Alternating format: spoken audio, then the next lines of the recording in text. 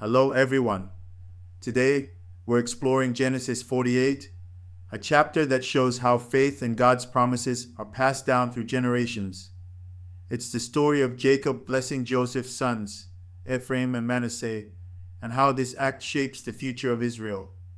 Let's dive in. After living in Egypt for 17 years, Jacob becomes ill.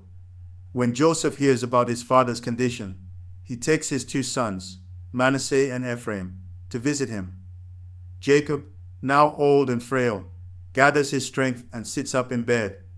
He recounts God's promises to him, saying, "God Almighty appeared to me at Luz in the land of Canaan and blessed me. He said to me, I will make you fruitful and increase your numbers.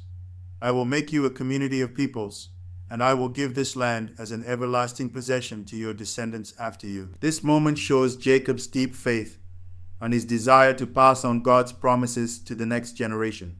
Jacob then tells Joseph that his two sons, Ephraim and Manasseh, will be considered his own, just like Reuben and Simeon. This act of adoption ensures that Joseph's descendants will receive a double portion of the inheritance, a privilege usually given to the firstborn. Jacob says, "Any children born to you after them will be yours. In the territory they inherit, they will be reckoned under the names of their brothers." This decision reflects Jacob's love for Joseph and his desire to honor him as the son who saved the family during the famine. Jacob then prepares to bless Ephraim and Manasseh. Joseph positions his sons so that Jacob's right hand will be on Manasseh, the firstborn, and his left hand on Ephraim, the younger son. But Jacob crosses his arms, placing his right hand on Ephraim and his left on Manasseh. Joseph tries to correct him, saying, "Not this way, my father. This one is the firstborn. Put your right hand on his head." But Jacob refuses, saying, "I know, my son, I know. He too will become a people, and he too will become great. Nevertheless, his younger brother will be greater than he, and his descendants will become a group of nations."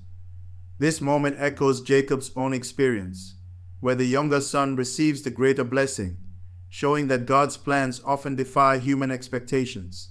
After blessing Ephraim and Manasseh, Jacob tells Joseph, "I am about to die, but God will be with you and take you back to the land of your fathers. And to you, as one who is over your brothers, I give the ridge of land I took from the Amorites with my sword and my bow." This promise points to the future, when the Israelites will return to the promised land. It also shows Jacob's faith in God's covenant, even as he nears the end of his life. So, what can we learn from Genesis 48? First, God's promises are passed down through generations, and we have a responsibility to share them with our children. Second, his plans often defy human expectations, but they are always perfect. Finally, this chapter reminds us that our legacy is not just about what we leave behind, but about the faith we pass on. Let's trust God to fulfill his promises and guide the next generation. Thanks for joining me, and I'll see you in the next story.